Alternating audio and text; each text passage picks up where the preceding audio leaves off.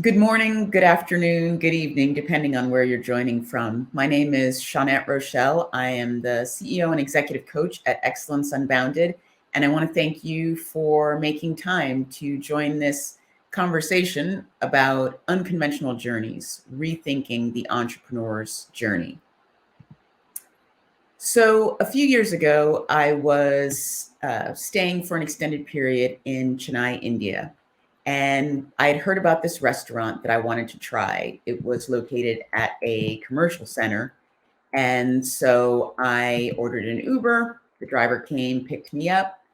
I got in the vehicle and we got on the freeway headed to the mall where this restaurant was located. I ate my meal and then I did a little bit of light window shopping, ordered an Uber that came to take me back. And as we were driving, we were in the left lane. Traffic started to get really slow and congested. And I noticed that cars in the lanes to the right were passing us. And then we were almost ground to a halt. And my driver jumped into the next lane and accelerated. And that's when I saw it. It was an old man riding a bicycle in the left lane. He was wearing a long white kurta and he had a long white beard and white hair that flowed down his back. I was stunned by what I was seeing. And as I started to take in what was happening, that's when I noticed that many, many cars were rolling down their windows. People were shouting at him. My driver continued to accelerate. And so I actually turned to continue to look back. But what really stayed with me during that time and up until today was the complete look of peace that he had on his face as he was pedaling his bicycle in the left lane at night on the freeway. He looked like he could have been on a bike ride in Central Park in New York City. He looked so calm and relaxed.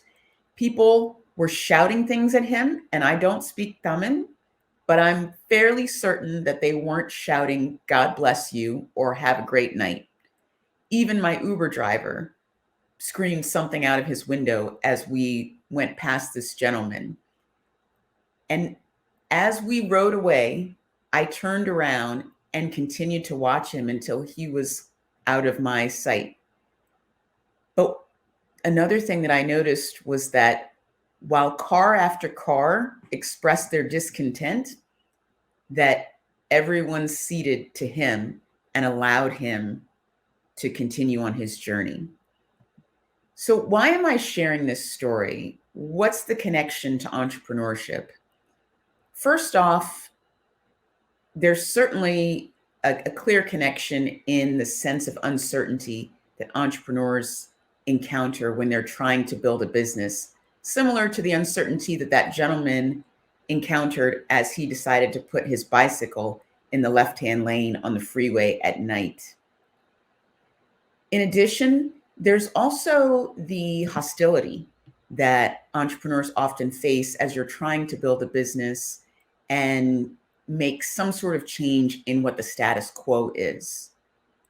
He was doing something that definitely went against the status quo, and people made it very clear how they felt about what he was doing. And then there's also the risk that is involved with trying to build a business. There's the risk to your own financial capital, depending on how much you invest in the business. There's the risk to your reputation and all of that.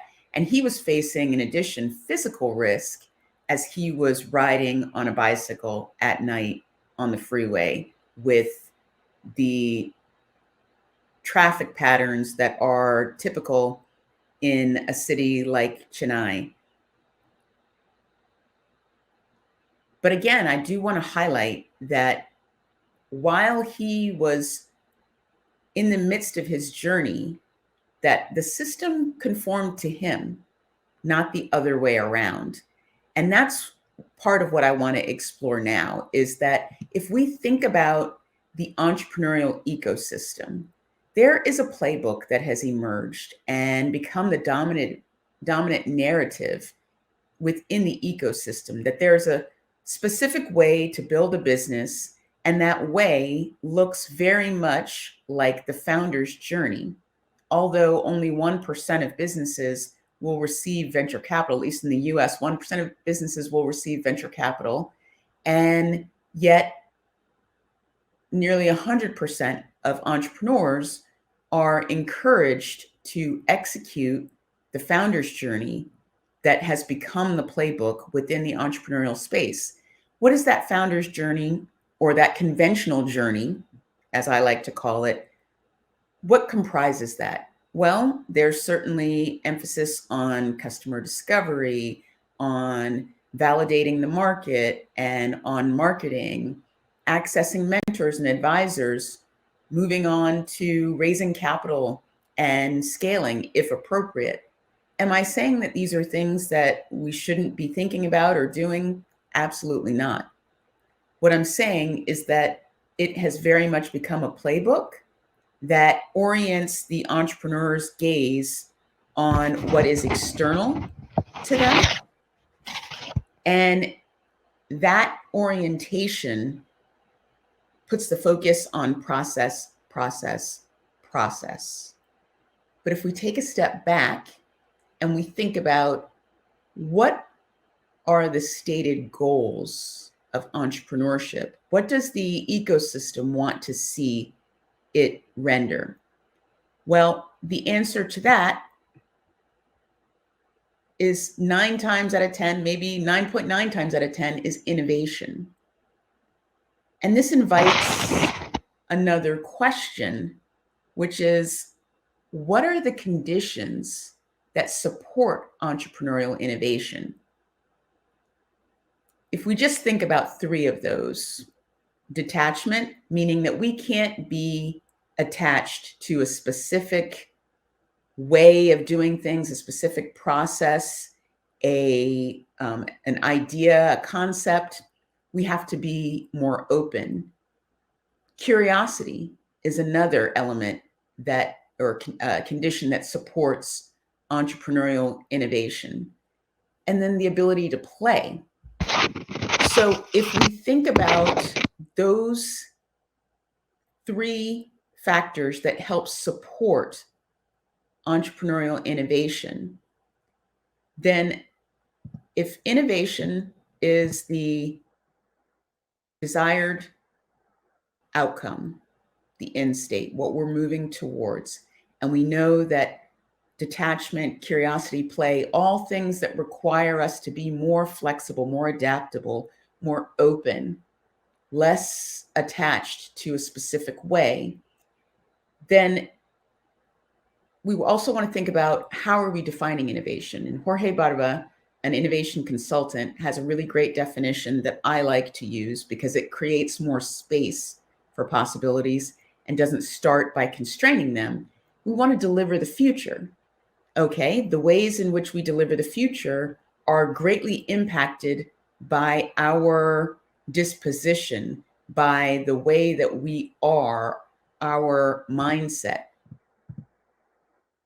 Mindset is really comprised of these beliefs that we hold. And these beliefs, they either empower us to be courageous or they disempower us. If they empower us to move forward, we know that that doesn't mean that we necessarily are successful in our first, second, even 100th attempt. And this is where resilience is necessary. If we're not able to be resilient, then what ends up happening is that we don't actually land on innovation. What we land on is a marginal improvement to an existing solution. If we want to actually progress to innovation, then we need to be able to iterate back through. And this iteration allows us to, again, become more aware of our mindset, to move forward courageously. And then, because of the work that we've done in our mindset, to actually be resilient, to adapt well when we're facing that adversity, that trauma, that significant stress. And this is what I saw with the gentleman on the bicycle, how it all connects.